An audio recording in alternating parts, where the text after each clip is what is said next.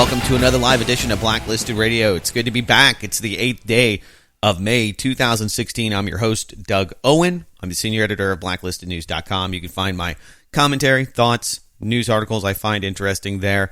The website, the mothership for this show is blacklistedradio.com. You go there, you can find a lot of cool things, like all of the new ways that you can listen to the show. We put it on YouTube. We put it now on Stitcher Radio. I kind of had a not a beef, but I didn't like the platform, and so I had my show removed from Stitcher. But so many people have reached out to the show and said, "Hey, Doug, why can't I listen on Stitcher?" I don't know why people would want to. The podcast quality is not near as good. It seems like they degrade the codec. Yeah, it's kind of a nominal issue. But anyway, if you're on there, we have acquiesced. You can now get the show on Stitcher Radio. They put a commercial in front of it and play it at a lower bit rate. But people like it. So there you go. There are plenty of other enigmatic things we'll talk about besides that. But point being that if you want to be part of the show, it is a conversation, not all dialogue. Although sometimes it's hard to not just use this whole hour to try to encapsulate a week's worth of news. And so anyway, the phones are open to you tonight, 800-313-9443. You can also text the show, 512-222-3067, anytime you like. And of course the chat room, as I mentioned, and I want to say what's up to the people in there. So let's just start with the war on vaping. If you've been under a rock for the last few years, you may not have noticed this huge trend towards non-tobacco vaporization of basically a vapor, a water vapor that in some cases, most cases, has nicotine and other flavoring. And so there's two ways to look at vaping, I guess, and that is that there are numerous health benefits to not smoking tobacco and inhaling it into your lungs, into your soft tissue, and so on and so forth. So people say, well, this is a great way to do something that's less toxic. There's a lot of studies out there, but for the most part, pretty transparent. I mean, people are actually making their own vapor from chemicals. I'm not into vaping. I don't vape, but I understand the allure. I did smoke cigarettes for about a 15-year period, and I kicked those a few years ago. I still smoke cigars, but it's different in that it's not such an effective nicotine delivery device like, say, a vaporizer or a cigarette. I mean, you do get nicotine into the soft tissues of your body, but cigars, by and large, have more nicotine, but no accelerant chemicals. Some of the other things, those 100-plus chemical additives that some manufacturers use that increase your desire for those nicotine delivery methods. So, right or wrong, left or right, the FDA has put together an omnibus of regulations. Let me back up. The FDA has wanted to regulate vaping, premium cigars, just about anything that's not under government control is, in their minds, out of control. So there's this epidemic of vaping, and it's being, the FDA is saying that it's targeting minors, and the advertising and really the pitch it's too good. It's one of the things that the FDA has done to the cigarette corporations, rightfully in some of your minds, wrongfully in that I believe that it's kind of weird that you have the government telling you how you can market, what you should do. As much taxes as they collect off of it, you would think that they would be more hospitable to the tobacco lobbies, but they've lost a lot of legitimacy for obvious reasons. If you think back to the 50s, 60s, seeing commercials about, Pall Mall, you have a sore throat, Pall Mall's the way to go, and 5 out of what is it? 5 out of 6 doctors, 4 out of 5 recommend Pall Mall. Those kind of things. There definitely had to become a huge transitioning, I guess, for those corporations. But now they're like, pretty much not allowed to advertise almost anywhere, anything that the government, deems as necessary. They have the control and power over those corporations, and those corporations pay lots of money to bring things to market. So anyway, the FDA ruling this week makes it to where 18-year-olds are federally, anyone under 18 rather, federally is prohibited from buying any kind of vaporizing pen and or device, nicotine liquid, things like that, vaping accessories and the like. And of course, they want a huge amount of bureaucracy on businesses, and that's validating driver's licenses, dates, all of that kind of stuff that becomes a boon for, of course, the FDA. I mean, they're generating lots of money and creating new jobs for themselves. Government ever expanding into your decisions. Well, anyway, the FDA, I think, should quite honestly spend more of their time, looking towards things, drugs that people believe there is a medical benefit towards. When it comes to vaporizers and premium cigars. Of course, I'm personally vested in this story, I must admit, because, of course, I own La Verdad Cigars, the truth, cigars.com, laverdadcigars.com. You can go there, and currently you can buy yourself cigars and T-shirts that say the word cigar on them without government oversight or approval. In 2 years, that may not be the case. They have put their foot down, said, all the marketing that you do, you have to, have it FDA approved. And it's not a drug.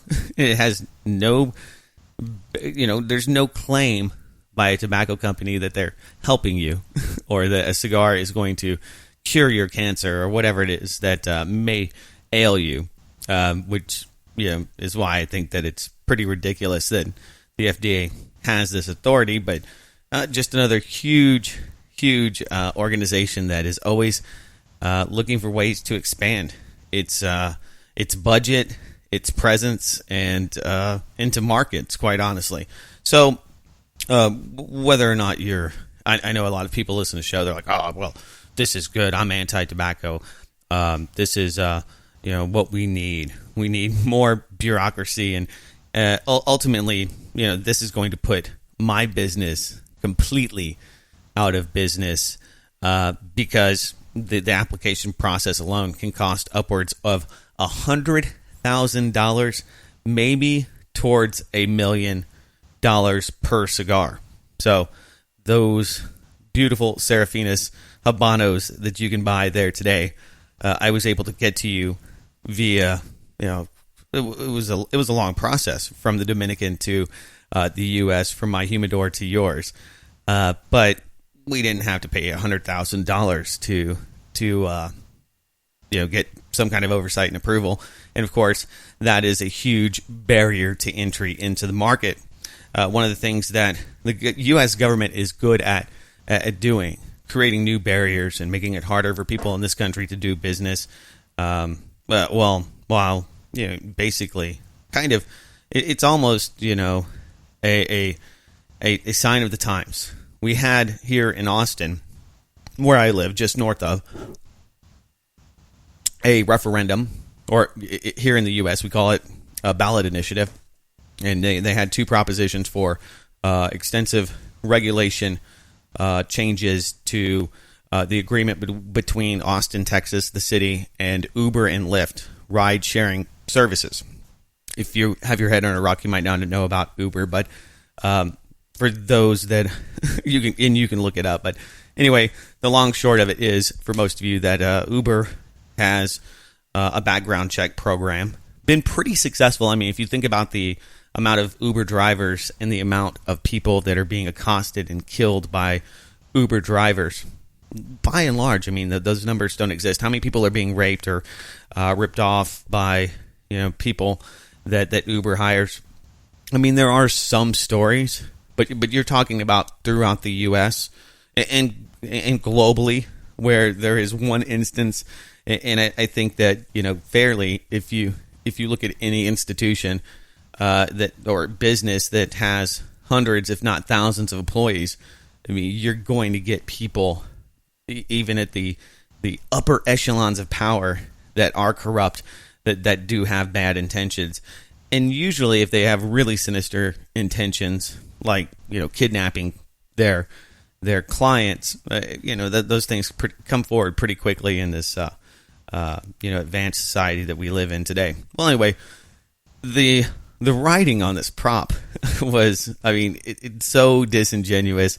It was completely designed to take you away from the issue because you don't even understand what you're voting for. 1 and 2, they was intentionally divisive, and you can look it up online. But basically, the nutshell is that the city wants not only to fingerprint all people that would work with Uber, they're going to be Uber drivers, prior to letting them, operate as taxi cab drivers or in a ride type business in the city. You would have to go through that lengthy process. And of course, Uber it thrives on having people that are willing to do it maybe for a weekend and here and there want to do it to make a few bucks, but are not so vested that they would go through that lengthy process. So the ability to hire and fire people quite quickly is something that makes them pretty dynamic in the world of business. So the debate became whether or not the city and or Uber should take over background checks, and should the city be able to regulate who is a driver, and a lot of the, I guess, of course, upset taxi drivers that have to adhere to laws and provide insurances that an Uber driver, somebody like myself, could hop in a car in this free country and actually give somebody a ride without having to pay a bunch of fees or penalties for doing so. I mean, you have places like New York and Washington, D.C., where they have this medallion system, and that worked. I mean, it's just this coin, this actual deal, this medallion that you get, and you pay $1 million, and they let you operate and do business as a cabbie. So, when I look at what's happening, and of course people voted for it, and what most people did not even know is that the city now wants, of course, to provide this service to keep you safe, 1% of all of the revenue that Uber generates in Austin. So, that was missing from the equation. And it's pretty funny, I mean, because this was actually the only thing on the ballot. It was just a vote to not let Uber do its own self-regulation.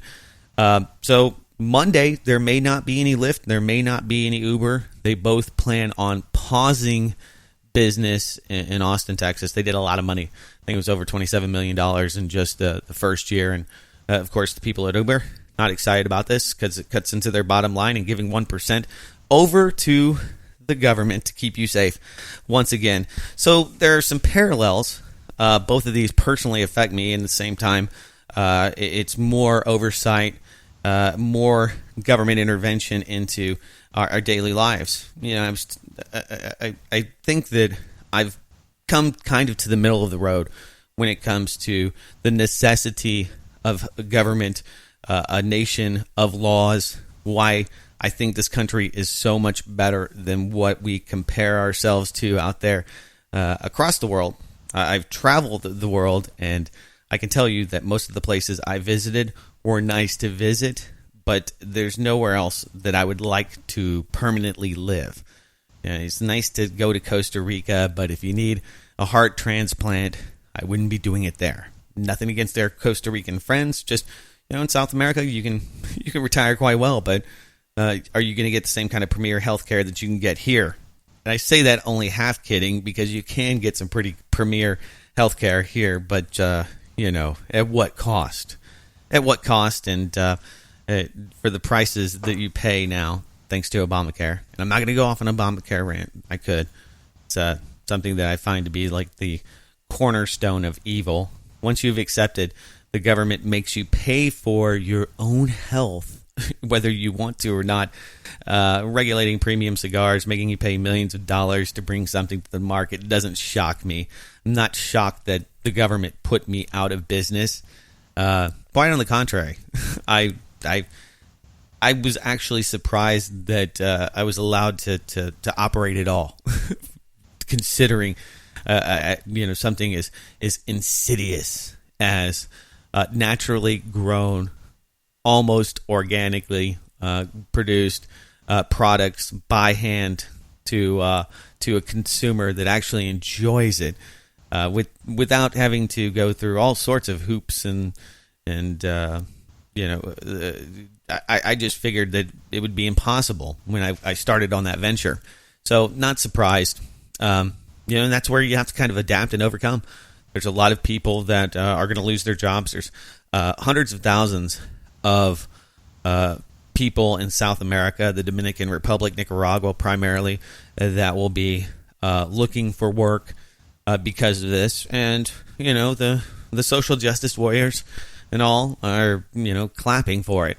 That's why I think we have, turning to the politic portion of the show, we have a huge sweeping resentment for this, this displaced trust in government, and we have, the social fabric, I think, of the social contract between the state and the people quickly diminishing its value to people, so much so that now 57% of Americans support Trump's American First foreign policy.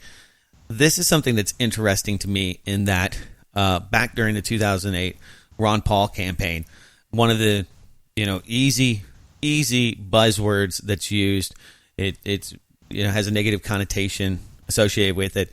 It's almost as bad as racist, and that is you're an isolationist. Anybody that thinks about this country first is, according to the ADL, we talked about this last week, Abe Foxman and the boys think that you are racist, anti-Semitic for saying America first, for worrying about this country. Patriotism itself, nationalism is seen as bad, but painting Donald Trump as a isolationist is this, I guess, effective tactic that the media has used over and over again to diminish somebody's credibility. I think it's funny that we talk about Donald Trump and that they talk about the experience. Of course, there's not much you can talk about with Hillary Clinton because she's not interesting. Us Weekly brought my wife a pretty interesting magazine cover, 25 things about Hillary Clinton you didn't know. And you read them, and they're so uninteresting. She likes hot sauce. Oh, wow, that must mean she's pretty spicy. I mean, the things that you read, and you're like, well, no wonder she had to pay for this. No wonder she has to, I mean, not even that effectively, but has used Hollywood to run this 2016 campaign. I mean, there's nobody out there more connected than her. I mean, you have Katy Perry, Disney Mind Slaves, of course, George Clooney, and all of the usual suspects that are on board. So some of them are starting to feel the burn. It's pretty interesting. We'll continue the conversation on the other side. Your phone calls are welcome. It's Blacklisted Radio.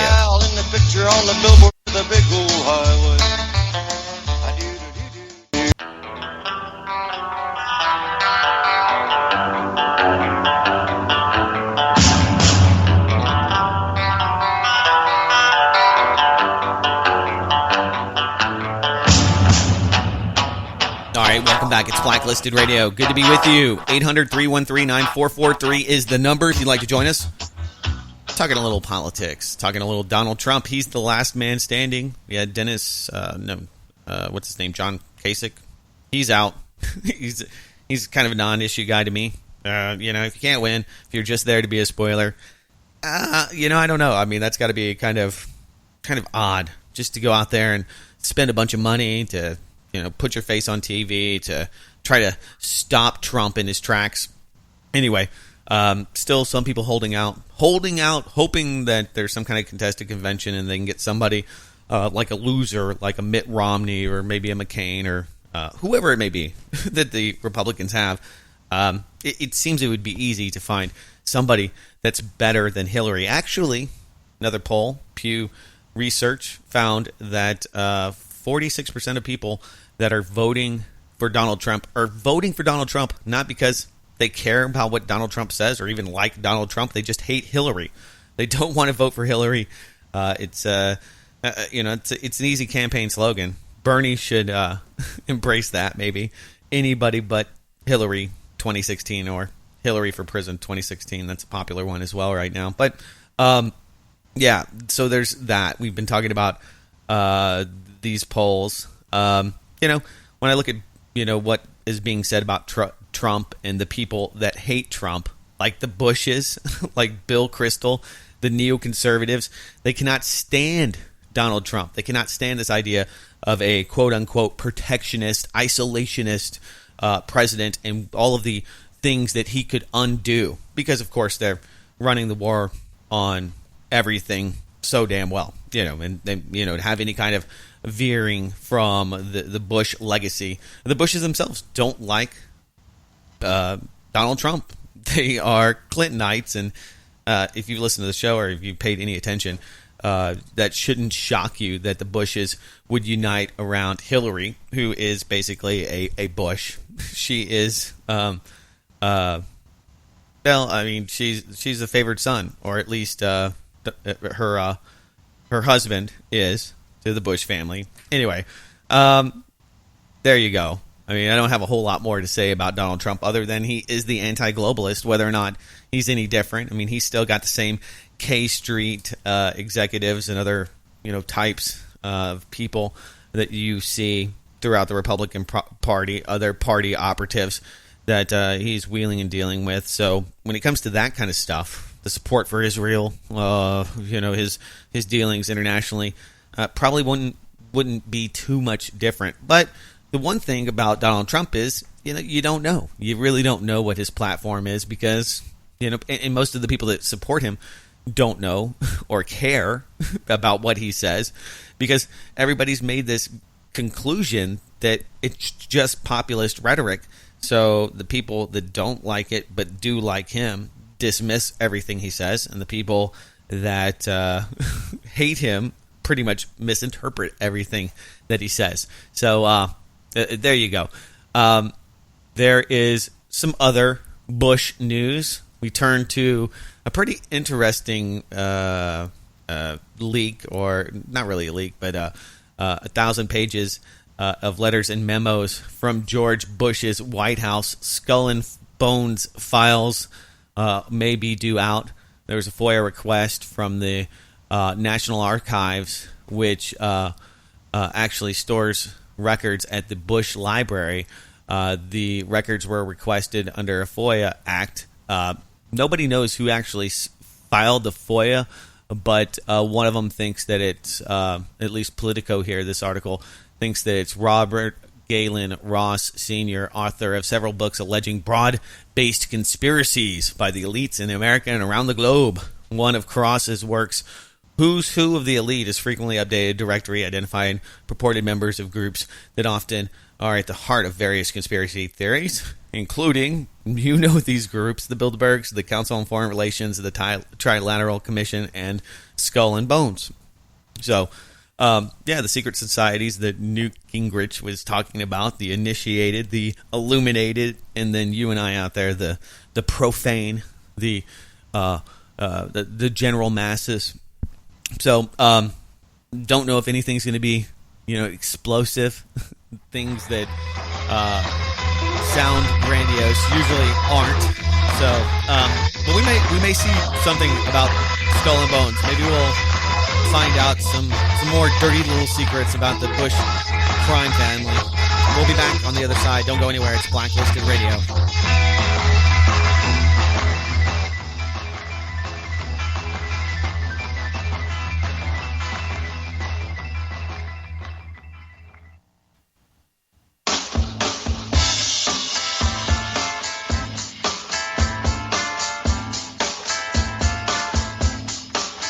All right, welcome back. It's Blacklisted Radio, the one and only. We're talking about, the transition from I think really 10 years ago when I started Blacklisted News. It was hard to get people to understand really, the New World Order and what that was all about, and the neoconservative movement. It was hard to understand really fact from fiction with the events that surrounded 9/11. Of course, the invasion or the re-invasion of Iraq in 2003. The lies that led us on a path to war that has led us into trillions of dollars in debt. Our allies have never been less secure than they are right now today. I mean, when you look at the war on terror, the war on ISIS, the war on just about everything, it's only become metastasized to such an extent in the last 15, 20 years. So when people look at the neoconservative movement, the Project for a New American Century, people that are on TV like Bill Kristol, that they're repulsed. No longer do people think that interventionist ideas are, in policing the world is the role of the U.S. government. So people are turning away from that. That's why they're turning to Bernie. They want regulation over the banks. They want Wall Street to pay. And some of them just want some free stuff. A lot of people want Donald Trump. And of course, they want you to think that people that vote for Donald Trump are racist. But they want Donald Trump because they want something different. They feel betrayed by the Republican Party and have nowhere else to go. I mean, you can vote for Gary Johnson in the Libertarian Party, but we all know, that's not a viable candidate because, if there's no Republican, you're going to get Hillary more than likely. And she'll probably kill anybody she needs to make that happen. Allegedly, in my opinion. All right, so some other things that are happening in the Middle East this week. Big news: Erdogan, Turkish president, has ousted his prime minister. He is posturing to consolidate more power, and in this, he is also kind of isolating himself away from, more, for lack of a better term, liberal-minded politicians in Turkey. They are basically engaging in a witch hunt. The European Union not happy that they will not update their terrorism laws. But just this week, the Zaman newspaper was shut down. It is a preeminent police state, a Turkish ally. They want to become to the U.S. and to the European Union, very strategic. But, it's that old quagmire. They keep killing the Kurds. We keep arming the Kurds. Just this week, we had the attempted assassination of a prominent whistleblower in Turkey. There was a gun attack on this Turkish editor outside the court during his trial for exposing the Turkey-Syria weapons convoy. Found out that, yes, indeed, the Turks are sending part of their clandestine secret operations, sending weapons to ISIS and al-Nusra linked rebels. Probably, CIA vetted friends of al-Nusra, friends of John McCain, and probably doing selfies on Instagram with him. Anyway, Erdogan's finding less and less places to turn. And this is what happens with despots when they are backed into a corner.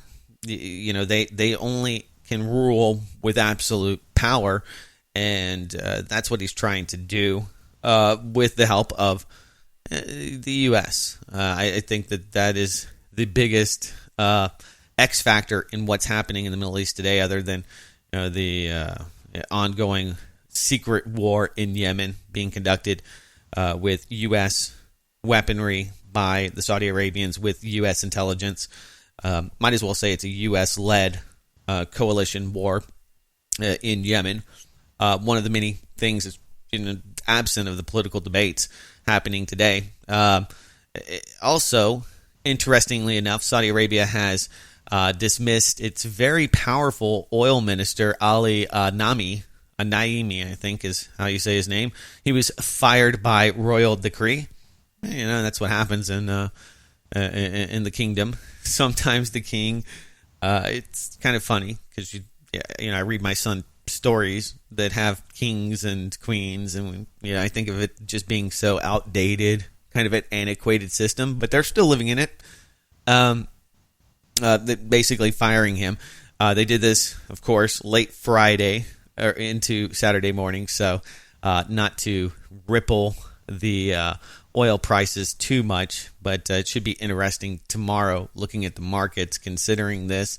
He didn't want to turn off those taps. I guess they're having some disputes, and of course we know that Saudi Arabia is running dry, and well, according to some, they will be bankrupt in the next 5 years, so they will be on the other end of some kind of U.S.-led bailout, like Puerto Rico will be, or they're gonna be having some color revolutions. So it's kind of an adapt and overcome period for the Middle East. Interestingly enough, Turkey and the Saudi Arabian government are both pretty oppressive. They do not tolerate, intolerant of just about anything outside of their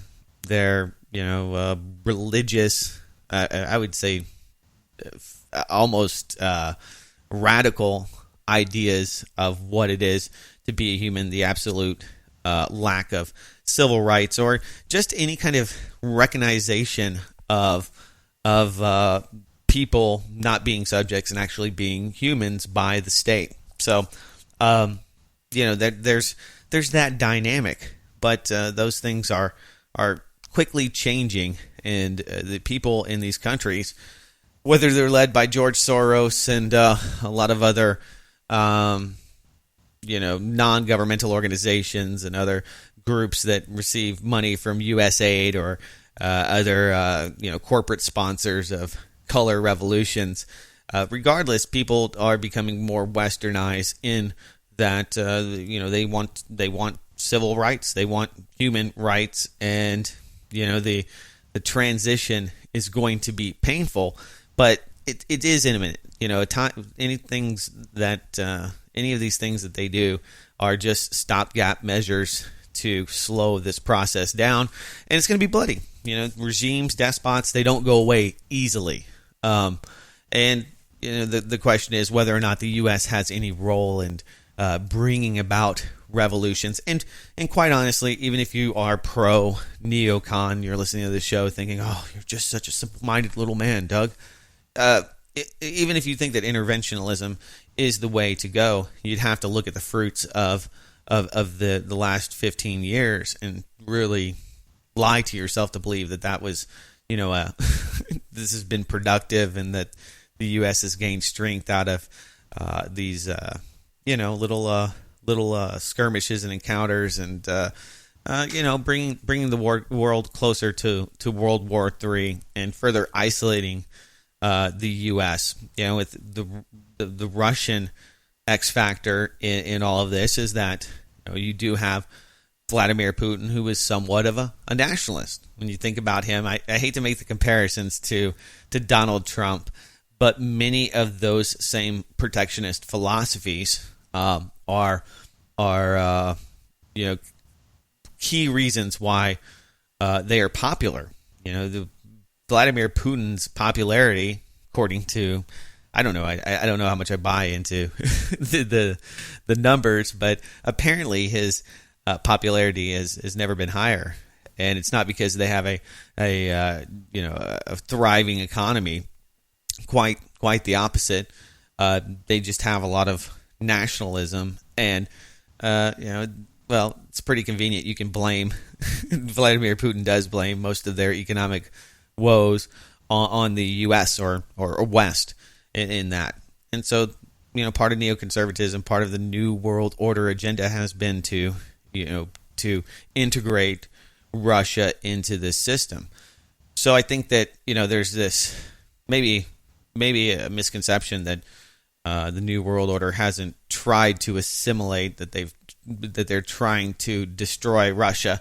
And I think that they do want Russia to be neutralized, just like every other country that becomes part of the international banking system that joins the World Trade Organization, or other countries that buy in to this system, whether they're giving money to the IMF, World Bank, all of these different mechanisms that, if you want to expand markets in places that people like me, gringos, can spend dollars, that's not necessarily bad, but how do you implement that? And that is the big problem, the difference between the reality and the academic justification for invading countries, for killing people, for being part of a grander problem, crisis politics, and producing these, globalized solutions that, let's just face it, just don't work. They don't work. People don't want them. They should just think about it. Regardless, there's always money to be made in war, and there's always somebody out there trying to figure out where to put their dollar, where to invest. Really great piece that is lengthy by Nafiz Ahmed on Medium.com. Defense industry poised for billion-dollar profits from global riot contagion. Sounds pretty scary. It sounds like it also sounds, when there's fear. I mean, there's two things that sell things, and that is sex and fear. At least the two best ways to get people to buy things is through those marketing. They're tried and true. They're primal. They speak to our animalistic, canine mind, our reptilian mind, if you will. So they're saying that this is where you want to put your money. The next 5 years, we will see international markets for riot control systems boom to a value of more than $5 billion, an annual growth rate of 5%, according to a new report by a global business intelligence firm. If you pay them some money and you get the portfolio, Infinity Research Ltd. markets this intelligence to clients for Fortune 500 companies, and probably private billionaires, maybe even the Rothschilds, those type of people, the Bushes. These are the people that are out there looking for new markets. And let's be honest, I mean, there is no shortage of upset people ready to riot. Now, when you start getting into the review and actually some of the research that they've been doing, it's really fascinating. But Ferguson is a hot button issue and a talking point and a case in point, rather, where they say, look at how this could have easily expanded. Social media turned something that's one local incident, one shooting video, or tussle or whatnot. One video, one cop shooting an unarmed kid can spark riots just about anywhere in the world, not just outside of the U.S. Although the Middle East, Saudi Arabia, Yemen, Syria, all places that they expect to see more unrest, more discontented people fighting their government that sees them and views them as dissidents and those to be controlled. We've seen the expansion, the technology now being used in protest is just so phenomenally evil. LRAD systems, the Israelis have their skunk juice shooter that they use on the Palestinians from time to time, that just shoots them with this putrid, toxic, dank nastiness. We won't go into specifics, but they call it skunk juice for a good reason. Pretty inhumane. And when you think about it, I mean, that's how these governments treat people that want to use their First Amendment rights. Anything other than what the state is putting out there is, or anything that's running contrary to those in power, is usually deemed a problem, a situation, an issue. And rioting is kind of the last resort when you don't have anything else that left, when you don't have any kind of possessions that keep you in this system. That's what I think that dictators and despots always wrestle with. I mean, you have to have enough stuff for people to feel vested in whatever it is, whether it's a country, whether it's a family, whether it's your religion. You have to be vested in it somehow or another, and people want to benefit, whether it's that they get satisfaction from doing good things when it comes to religion, or maybe they believe they're benefiting because they're getting rewards for their good deeds. Whether you believe that your government and what you are as a nation is defined by something bigger and better than you yourself. Those belief systems, that perception is weakening. I mentioned briefly 10 years ago you couldn't get people to think about the stock market being rigged, that the forex markets, the metals markets were rigged, controlled, that the Federal Reserve was actually investing and buying stocks, that their preferred banks that were above the law, that the CIA was using some of these banks to launder drug money and have become intertwined with drug cartels and international criminal enterprises. Funny enough, that seems so far from reality. But 10 years ago, people were not ready to hear that. Now, I talk about things that used to be very taboo that I thought would be getting me on some blacklist, and to a certain extent, I mean, let's be honest, with as much opinion as I put out about the state and the state of things in this country, I am practically unemployable for most corporate gigs. All you have to do is Google my name, and there I am.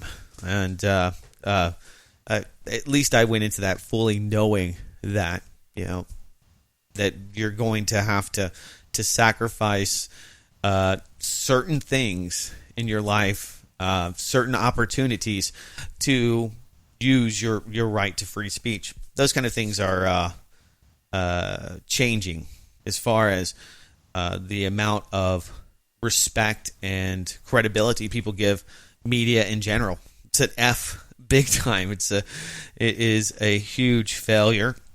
People understand that they're being manipulated, that most media is subtle propaganda, that there's always an agenda, and that shows us just how much technology, having the internet and having I hate to use the term, a global conversation, has changed and shaped the opinions of not just you out there listening, but millions of other Americans.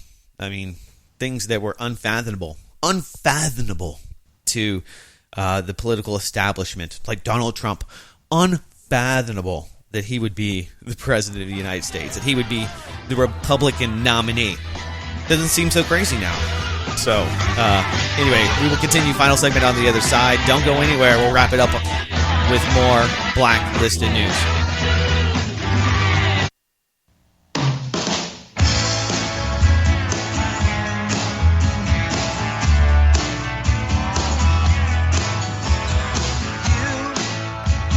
I should mention, if you are one of those people that wants to take your health, your life into your own hands, you are a consenting adult of 21 years of age or older. I guess you could be 18, depends on what state you're in. You can go to laverdadcigars.com and check them out. So, because I've got to sell all these cigars, because we have a very short plan, and that is exiting the market as quickly as possible before the government comes trampling through it. I guess if you're an Uber driver here in Austin, Texas, you're in the same position, especially if that's your livelihood. Tomorrow morning, you won't have work.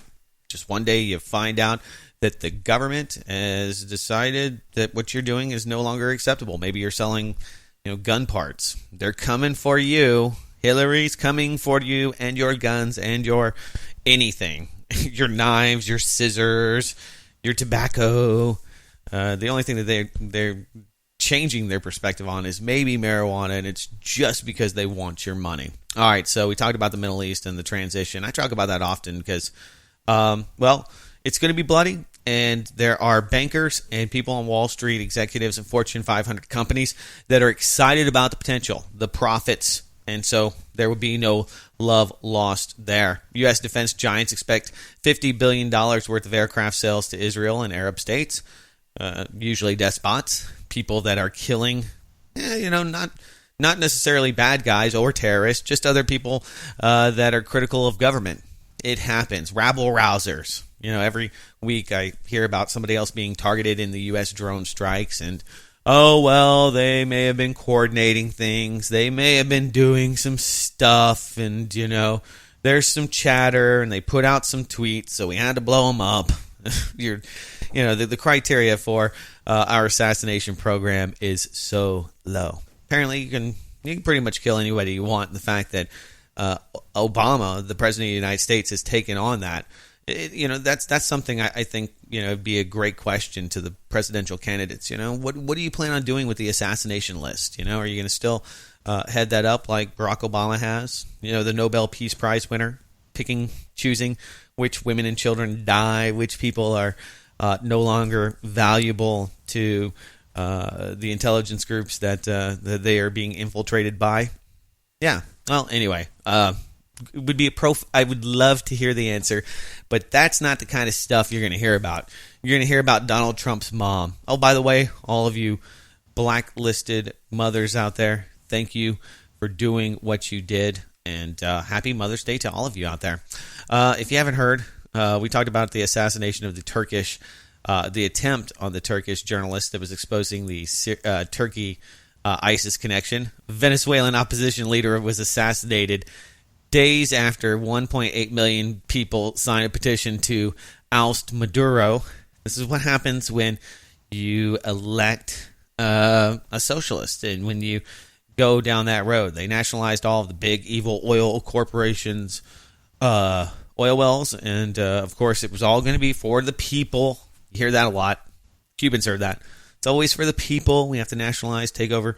And of course, you get a lot of support and sympathy from people here in the U.S., like myself even, that don't see the oil oligarchs and oil politics as a very virtuous industry, and has led to a lot of blood, a lot of killing, and a lot of dirty dealings. But anyway, we will talk about it more next week. Who knows what's going to be happening in Venezuela? So there you go. Maybe they'll be betting on buying some riot control gear from U.S. corporations. That's what the government's going to probably be doing. It seems convenient. Anyway, guys, I'm out. I'll see you next week. Until then, take care.